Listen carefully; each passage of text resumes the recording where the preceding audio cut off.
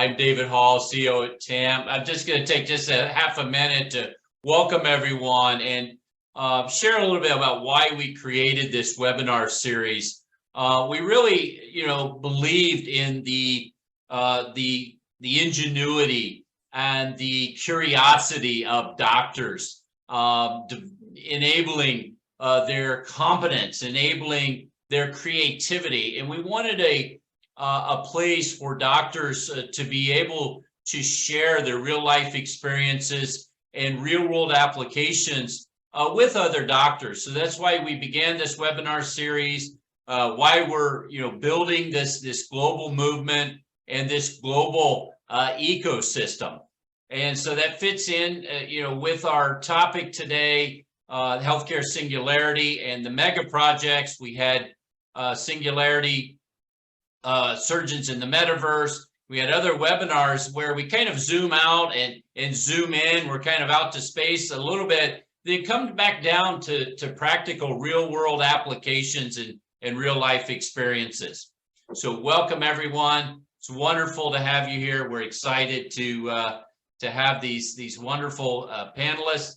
I'd like to begin by introducing our moderator today, Mr. Robert Sundelius.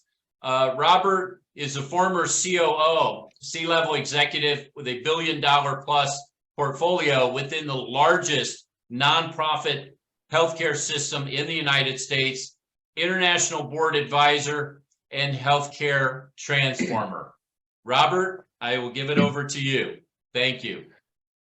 David, thank you so much. And it is such a privilege to be here with everyone this morning. I sincerely appreciate you investing your time. And I look forward to having an informal discussion. I sincerely appreciate our panelists who have joined us today and made an investment as well. We talk about the term singularity, and we use the term mega project. And these aren't terms that we use very often in our day-to-day healthcare conversation. When you think about singularity, it really refers to a time or a situation that is unique, distinctive, or particular. And even in physics or mathematics, it really speaks to a point where a function takes infinite value, or we begin to experience value beyond what we expected. And as we scan global healthcare, we see the concept reflected really in common themes in our time. New Zealand, upcoming elections, the heavy lift required to transform the healthcare infrastructure in New Zealand. Singapore, transformational investments happening in primary care and prevention. The United Kingdom, the need to address clinician labor shortages and access. In India, the transformational work that is happening to a commitment to lead global digital platforms in healthcare access. So we really are in a distinctive time where these themes are reflected all across the globe, with really a statement that reflects we can do better and we must do better. When we talk about mega projects, we talk about complex, multiple long-term layers in a project that tends to be very complicated and requires generational input.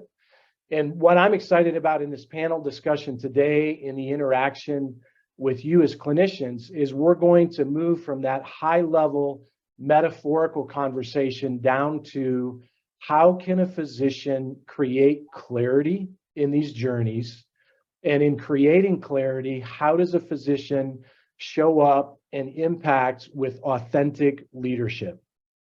And I'm very excited that we will hear from our panelists about their own unique journeys, about how they are interacting with the systems in which they find themselves.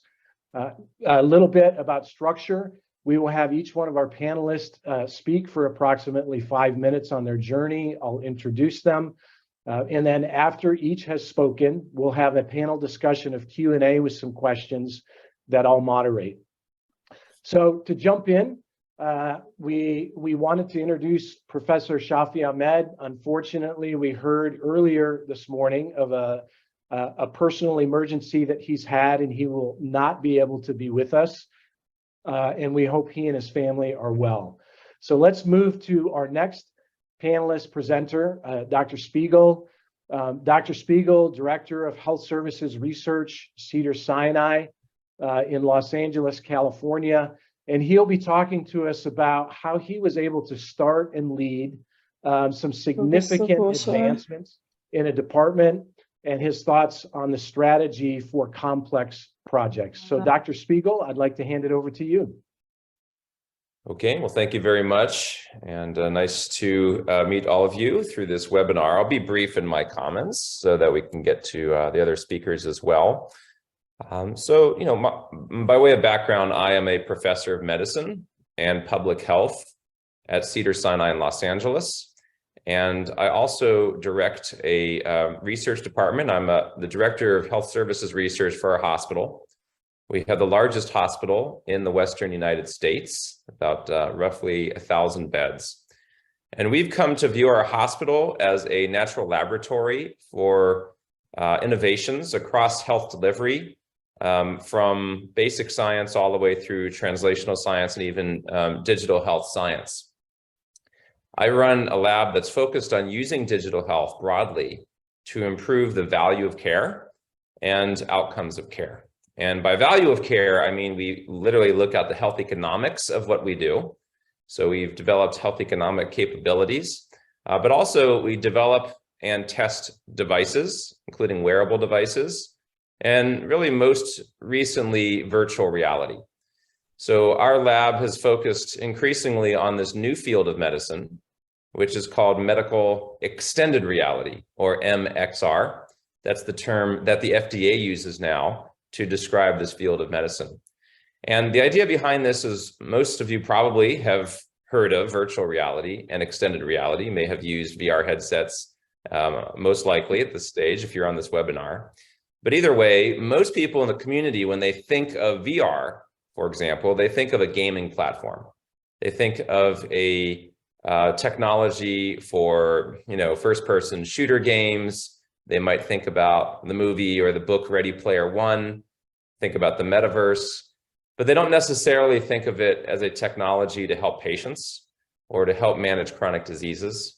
But it turns out for decades, psychologists mostly around the world in elite laboratories have been kind of quietly studying the effects of virtual reality on the human mind and even on the human body, and have found incredible evidence over decades that this technology can help manage pain, anxiety, can be used for schizophrenia, for eating disorders, for movement disorders, for stroke rehabilitation. The list goes on and on, to the point where the US FDA now is regulating treatments within the MXR space. Our lab is focused on developing and testing these technologies. We currently have about $12 million in NIH funding to evaluate these technologies. And we have a three-pronged program now that we've developed. Could talk about if you're interested. One component is research and development, as I focused on so far in my comments. Another is on our clinical services. So we now have developed an inpatient VR consult service and have used virtual reality in over 3,000 of our patients at Cedars-Sinai. And we routinely, including I'm sure later today, get consults from our physician colleagues to help manage pain and anxiety as a potential adjunct to other medical therapies, like, for example, opioids that often are less effective, in fact, than the behavioral interventions that we're able to deliver through virtual reality. So that's the second component. The third is our educational programs. We put on a conference each year in Los Angeles called Virtual Medicine. We have a conference and we put on webinars, and we're now increasingly teaching people how to use VR. And we're just announced this week the establishment of the American Medical Extended Reality Association, the AMXRA, which is a new professional society for physicians and other clinicians who are using MXR in their practices. So I could talk more about all these topics. I'll stop there since we only have about 5 minutes and let my colleagues here speak as well. And I look forward to talking more during this presentation. Thanks. Dr. Spiegel, thank you very much for your opening comments. We look forward to the additional Q&A as our conversation continues. We'd like to move to a next panelist now, Dr. Okada. Dr. Okada is a medical doctor, innovator, an MBA in training, serves in the greater Tokyo area, and really is going to be talking to us about the challenges of bringing in multiple stakeholders to work together in synarchy to create meaningful change. So Dr. Okada, welcome. I hand it over to you. I have been working in this multiple hospital in Japan around Tokyo and Tokyo Kanto area to take a certificate of board of surgeon. Then from my experience, I have seen many hospitals, visited and worked in the many hospitals, and I would like to share my experience introducing the new operation method in the very hierarchical hospital in Tokyo. So this is the photo of the operation room in that hospital, which is located in the western part of Tokyo. And actually, most of the doctors come from Tokyo University, which is very hierarchical, and the person in the center is my ex-boss. Actually, I am working as a breast cancer surgeon and nowadays I'm working as a screener of the breast cancer. So I'm not doing the operation. And this is so I was doing the surgery like this. So I did the general operation as a breastectomy for the breast cancer patient. And my hospital was had a really old system, and they didn't have intake breast reconstruction surgery at that time. Nowadays, this operation method is introduced in many hospitals in Japan, but at that time, not so many hospitals didn't do it. And and also this method is usually done for the young ladies. So, and my area doesn't have not many young women who wanted to do this operation at the time. So that our hospital didn't have to do this operation so much. Next, please. And this is the structure of that hospital. There are so many departments inside that hospital, and actually to do this new method, these 5 departments must be related to it. Next, please. And this is the stakeholders. Actually, I had to talk with. The left below is actually mine, and actually I was a newcomer after entering that hospital 1 year ago, and my boss. And these two person is the only members of my breast cancer surgery department.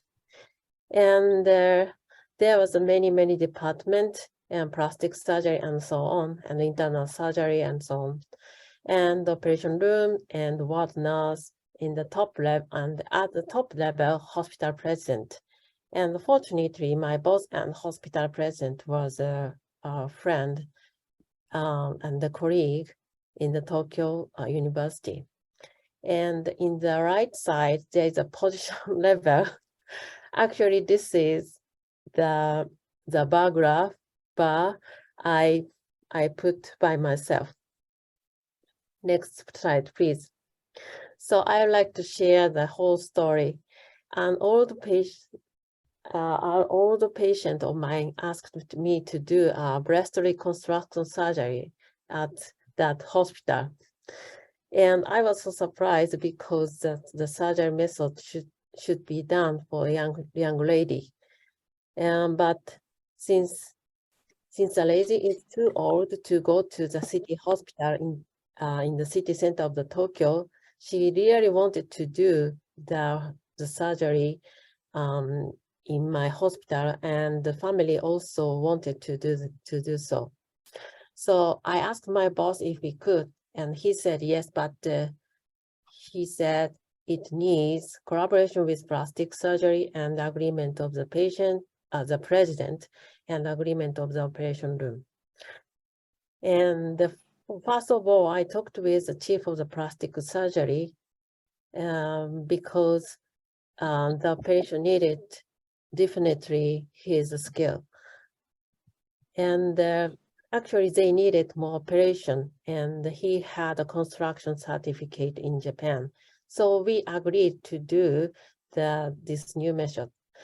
And my boss talked with the president, and he agreed with taking a new surgery into the list of the patients.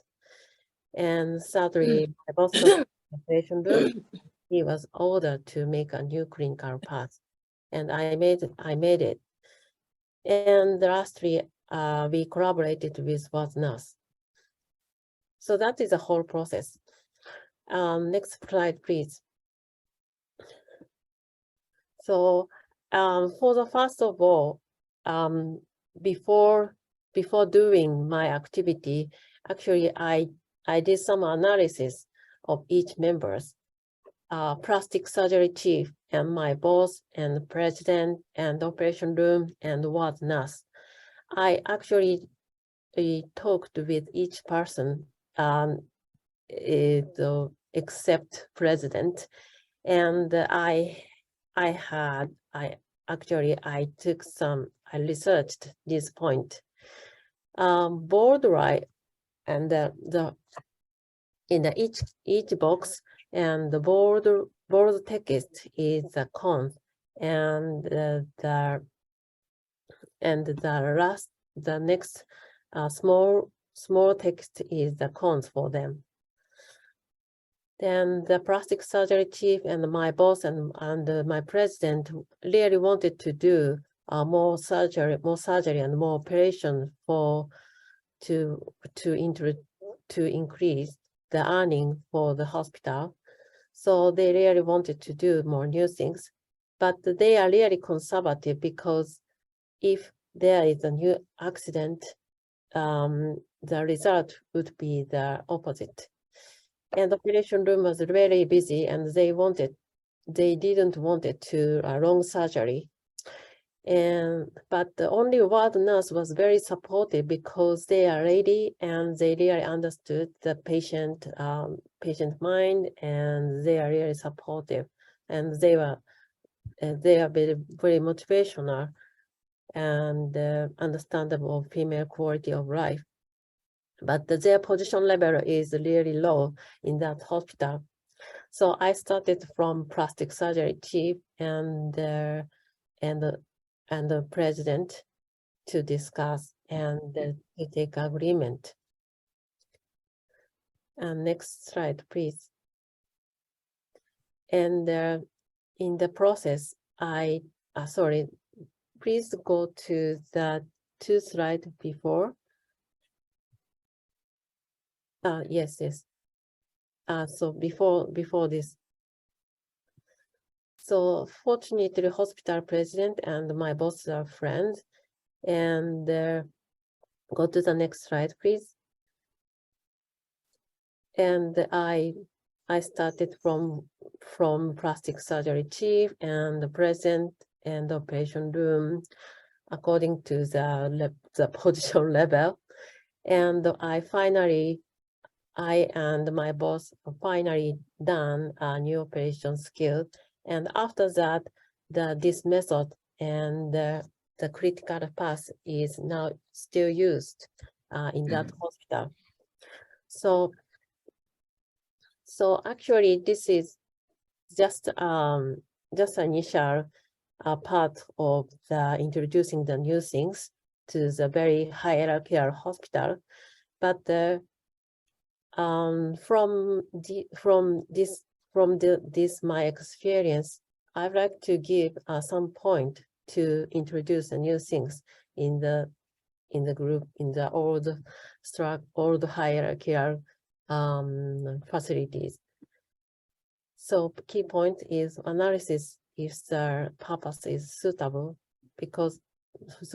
In that case, I decided to introduce this method just for the patient.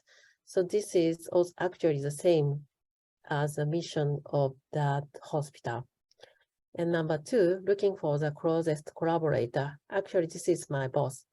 Number 3, analysis of pros and cons for each stakeholders.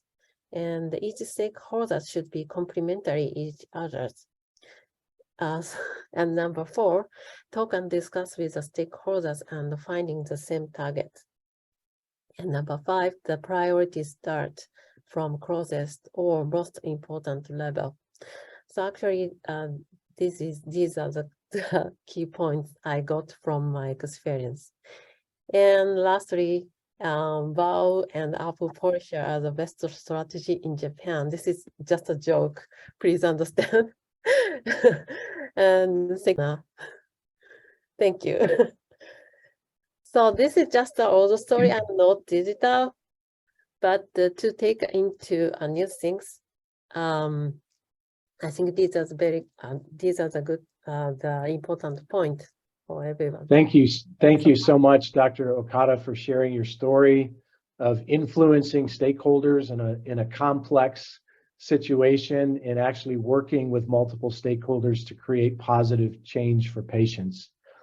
We'd like to keep moving before we get to the panel discussion, and I would like to introduce Dr. Mehraj and really hear his inspiring story about how he is working to build a sustainable ecosystem in India.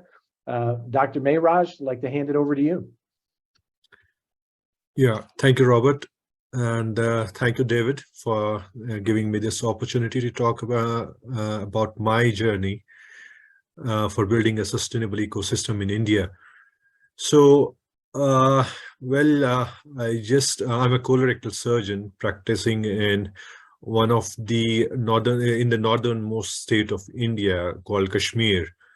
So before I start my talk, so just a brief introduction about India. So India is a subcontinent in itself. It's a continent in itself because of the diversity of our population, because of the diversity of the infrastructure we have, like the diversity of the healthcare system we have. So I was talking of India as a continent in itself with a lot of diversity. So you will find state-of-art healthcare in some parts of the country, like the metropolitan cities. And you have the traditional system of healthcare in some parts of the country. So the place where I belong to, we have a sort of a balance between the ultra-modern and the traditional system of healthcare. So I thought of I had a futuristic vision what may be a common practice to people, to the healthcare providers in the West, but it is a futuristic concept for us here in this part of the world.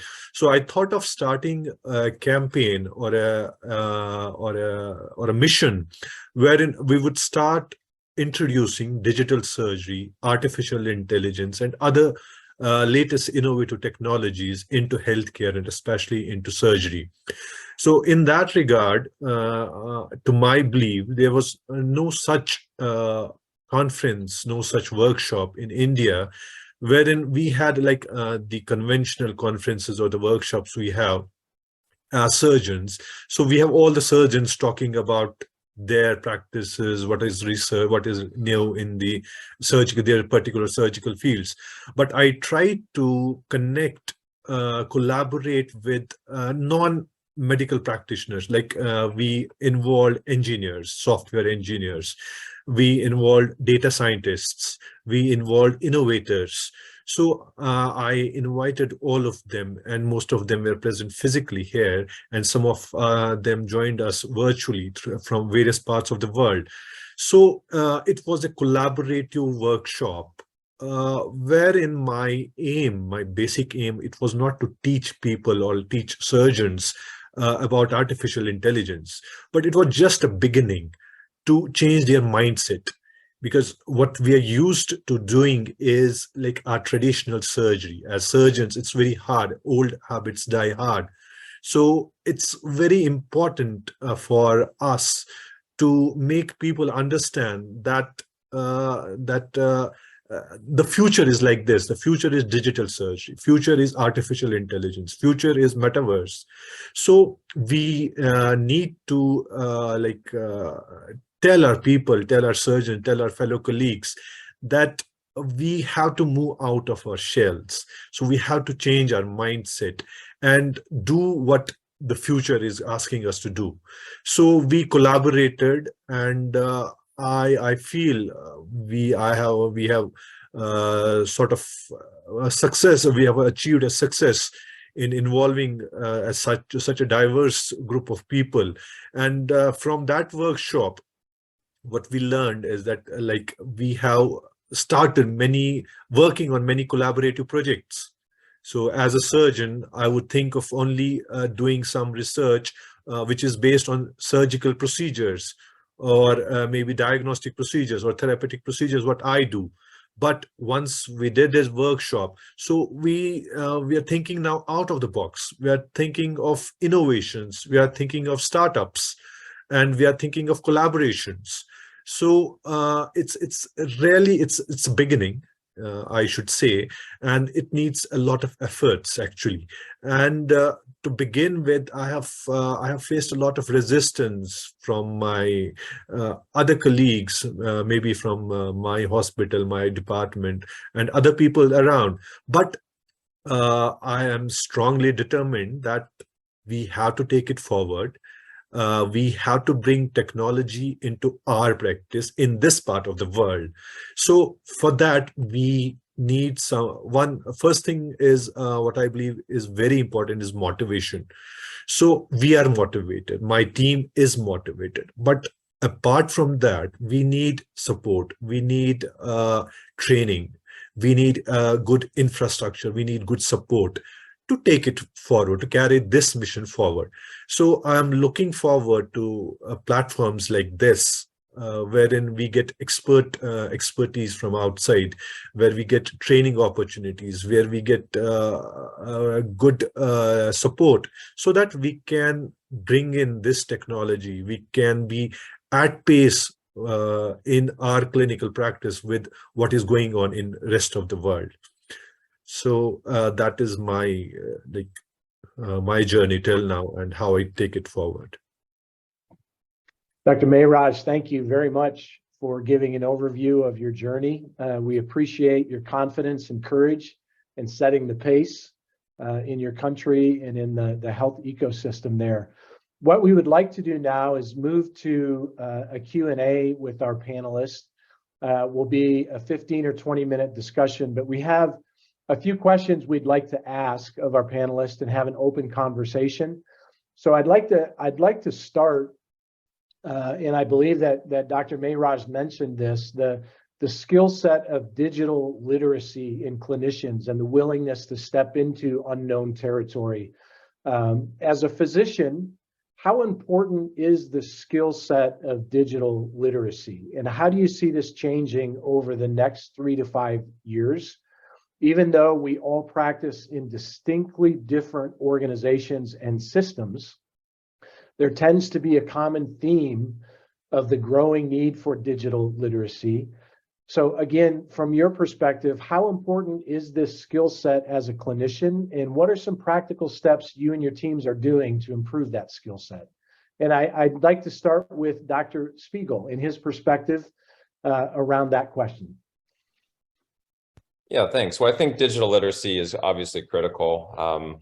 the digital ecosystem surrounding healthcare is now the glue, at least in the United States, that holds us together. So I teach a class, for example, called Digital Health Science. And this is part of our graduate school here at Cedars-Sinai. And this is a standardized curriculum that we teach to our students, including physicians, that involves a wide variety of topics, everything from understanding what the use and applications and payment models around wearable biosensors, the use of medical extended reality, as I talked about earlier, smartphones and smartphone applications, the electronic health record, informatics, and data systems, and also even the role of social media as an epidemiologic database in healthcare and a form of intervening and engaging with patients. And so there are best practices around all of those technologies.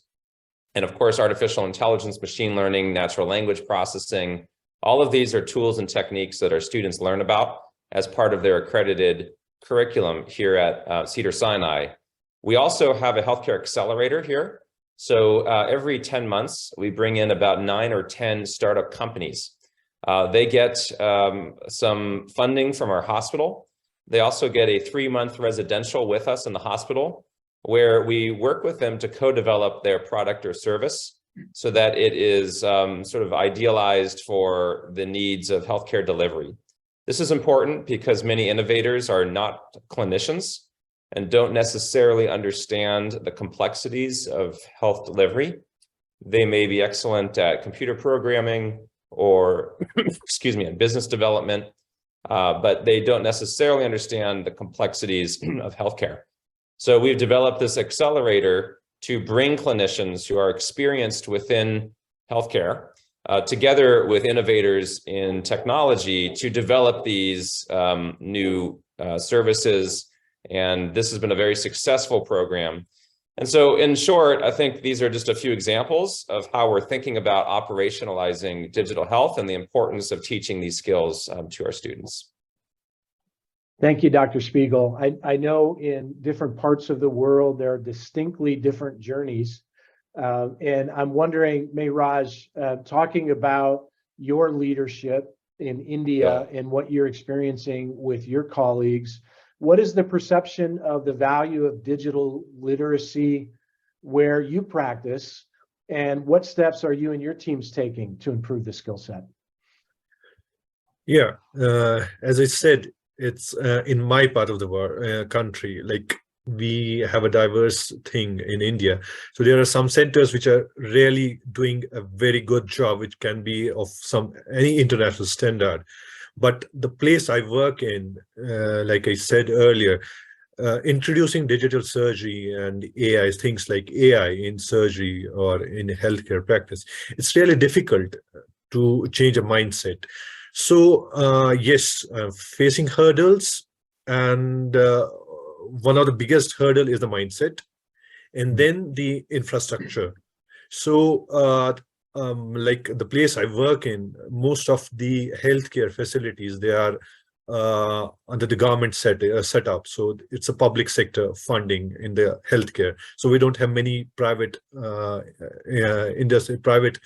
partners running the healthcare system. So second thing is the policy of the government. So until and unless the government, the funders, the policy makers, they are convinced that this is going to be the future and this is going to help our patients, so we cannot move forward.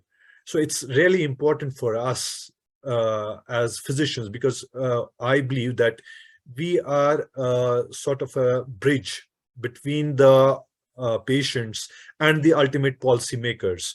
So we have to make the policymakers understand that it's the patients are going to get benefited out of all this. If we introduce digital surgery, if we introduce digitalize our healthcare system, so ultimate beneficiaries will be the patient. So it is slightly difficult, but it's not impossible. And we are working, I have personally started working on this, and we have started collaboration there. We have one of the universities here, University of Science and Technology. So they are already working on some AI projects besides healthcare. So we are trying to get connected to them and do something in healthcare. So just a beginning, which is always difficult, but not impossible. And there are many government initiatives at the national level. Our government is already promoting digital health. There are so many government policies that are promoting digital health services. So the government is on it. We are trying our bit. So all of us are on it, and hopefully in near future, we will also be at pace, at par with the international standards in bringing digital services to the healthcare. Dr. Mehraj, thank you so much. And I agree, it's only impossible until it isn't. And it takes physician leaders and those committed to make changes. So I appreciate your continued leadership. Dr. Okada, I would love to hear your perspective. What are the conversations you're having with your colleagues around digital literacy? And how important is that to physicians where you practice? Yes, actually, in Japan, still the situation is progressing. Under progressing. The only tool that the government accredited is the Apple Watch to observe the patient ECG, and so there is a huge gap between the patient, and also so because of that, most of the doctors doesn't have knowledge about the AI tool and other digital tools.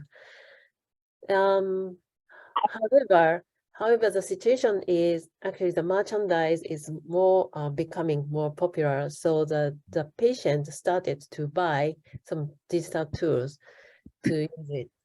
So there is a huge gap between the patient and the doctors in the knowledge, the digital knowledge. So sometimes I was asked by the patient, like, "Oh, doctor, I got some like data like this, and how should I do?" And actually the tool is not accredited, so I can't explain more. I can't explain about it, but in my opinion, blah blah blah. So many I think. So we in our university, we still have not education, digital education. So each doctor must have more knowledge about the data and how to use the tool to explain more about the patient. Actually, patients sometimes know more about the digital tool. So this is the point. But among that, some doctors started to use VR to educate medical students in the surgery area, and we started remote robotic surgery. Thank you, Dr. Okada. I appreciate that. And to wrap up, maybe with a final question, we'd like to hear from all three of our panelists. Given the cadence of the digital platforms and the evolution of digital applications and the improvement cycles that we're facing, I'd like to ask each of you to fast forward, say, 10 to 20 years and provide for us what you think the role of hospitals will be in that future and how the patient journey will be different. And this is most critical. How should a physician help to create clarity in that future? And how can a physician best lead in that journey? Dr. Spiegel, we'll start with you.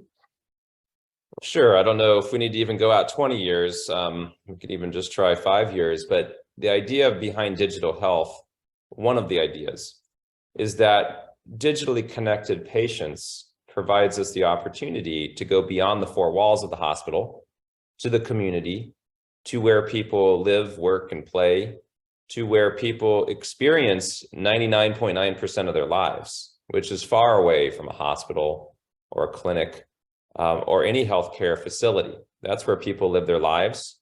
That's where their illnesses evolve. and where their biopsychosocial illness experiences occur.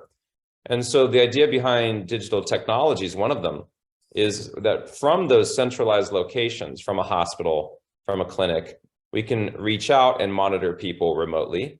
Increasingly in the United States, we get reimbursed with, although albeit not very well, but we do get reimbursed for digital remote monitoring, and we're seeing more and more recognition from insurance companies that that is an effective way to monitor people and help manage their illnesses before it gets so far that they need to show up into the emergency department. But in order to really enable this vision at scale, we need a new type of doctor. We need a digitalist, somebody who's trained from the ground up in managing through remote patient monitoring centers, panels of patients, using artificial intelligence to hotspot individuals who appear to be getting into difficulty, finding a signal in all the noise between the biodata, the biometric data that could be measured at home, lab data that could be measured at home, and of course, psychometric data in terms of how people are actually feeling. So we've been studying these types of techniques at Cedars-Sinai. We've been evaluating, for example, if we can predict who's going to have a heart attack before it happens by monitoring them remotely through a variety of different techniques, including lab-based tests at home.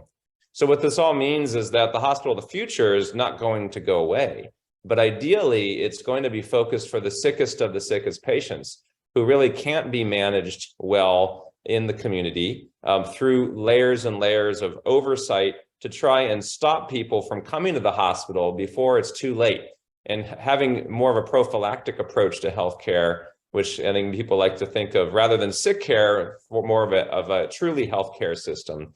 Rather than waiting until people are so sick, they need to be hospitalized with overwhelming illness. So that's hopefully the vision where we're going. The role of physicians in all of this is, as we've been discussing, taking a more engaged approach to learning about digital health, to formally understanding its role, and even developing a curriculum like the one we've been developing and others to train physicians to be the digitalists of the future so that we can enable this vision. Well said. Thank you. I appreciate the perspective and the vision. I'd like to move to Dr. Okada. Talk a little bit about how an individual physician, given that vision and the transformation that will happen with hospitals, digital applications, and knowing that each health system is distinctly different, how should a physician create clarity and lead when their institution doesn't seem to be doing that? Dr. Okada, what are your thoughts? How do you help your institution step out into this future? I think it comes from always from patient opinion and doctors. In my case, the things happen from the patient opinion and his how wish. And as actually as Professor Brennan said, I think also the connective digitally with patient is very important. And recently Japanese doctors also introduced the digital observation system, monitoring system in-house. Is for particular patient like SAS and SAS, and historically we have researched high pressure patient as a home. So actually we need to educate the patient how important to monitor the patient biometrics data at home, and the people wanted, and the people the patient in the bad word to make patient believe how very, very important to remote to monitor the data at home by using by digital tools. Actually, the currently patient monitor their blood pressure by themselves and making a note and bring note to me. But if they could monitor the blood pressure and the usual heart rate data by themselves, maybe they will bring more easily to the hospital, and they wish to control their blood pressure more easily by using the suitable method of using the medical tablets. So I think if we continue, the doctors continue to educate people like this, in 5 years or 10 years, the patient themselves want to monitor their biometric data. Though nowadays they don't want to take their private data to doctors, though. But but in Japan, actually, the home visit clinic is now very, very improving and being adapted to more digitally.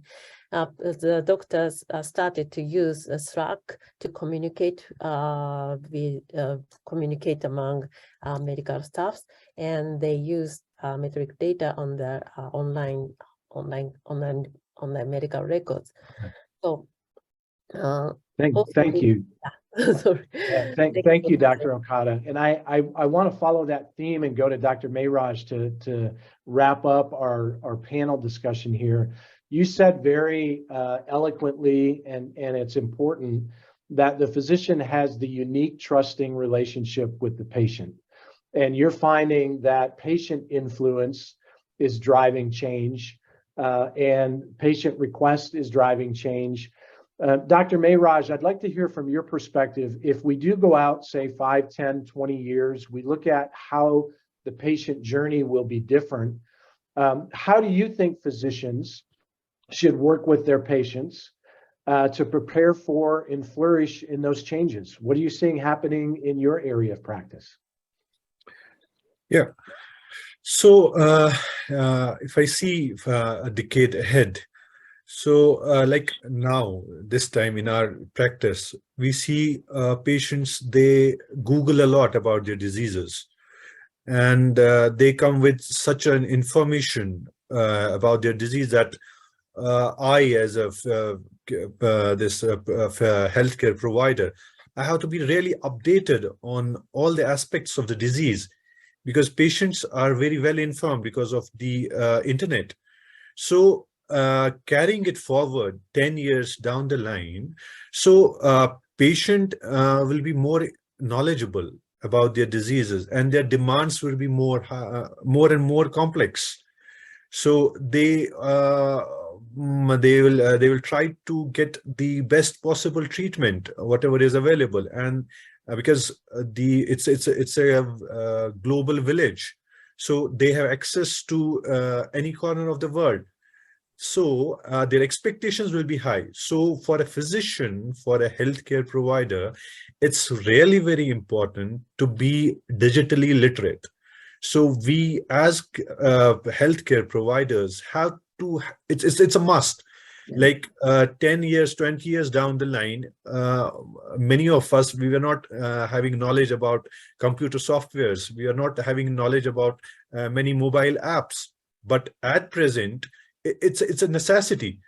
So down the line, 10 years down the line, it will be a necessity for all the healthcare providers to be digitally literate. So we have to know about digital surgery. We have to know about artificial intelligence. You see, artificial intelligence is coming everywhere, in every aspect of your life, be it cars, be it your smartphones, be it your market, shopping. Everywhere you see artificial intelligence, and healthcare is no exception. So it's very important for all of us who are doing providing traditional healthcare facilities to our patients. It's really very important for us to get ourselves updated with the latest happenings in digital technologies, in artificial intelligence, so that we come up to the expectations of our patients. And for that, we need to look forward. We can't just be in our shells and be doing what we have been doing. If we do what we have done, we'll get what we have got. So to get something new and to provide something new to our patients, we have to move out. We have to get knowledgeable. We have to put in efforts. Well said, Dr. Mehraj. Thank you very much. And I would like to express, again, appreciation to all of our panelists. And this is such an important and critical note to end our discussion today. I know we have just a few minutes left, but I so sincerely appreciate the emphasis on the physician-patient relationship and using and leveraging technology to deepen understanding of the patients that we serve, to build trust with the patients that we serve in order to do greater good and to truly lead the future of evolution in digital platforms and methodologies. So thank you all very much for expressing your unique individual journeys, how you're creating clarity as physicians, and how you're providing leadership as physicians where you serve patients on a daily basis. So thank you all to our attendees. David, I'd like to hand it back over to you, maybe for a couple of closing comments. Yes, thank you, Robert. The wonderful moderation and bringing this all together, connecting the dots. Thank you very much to all of our panelists. If we didn't get a chance, we ran over a bit. If we didn't get a chance to answer your questions, we will be saving those, and then we will share some of the answers out from the panelists. So thank you very much, and we look forward to seeing you back here again on January 12th. Happy holidays coming up to everyone, and we will see you back here next month. Thank you.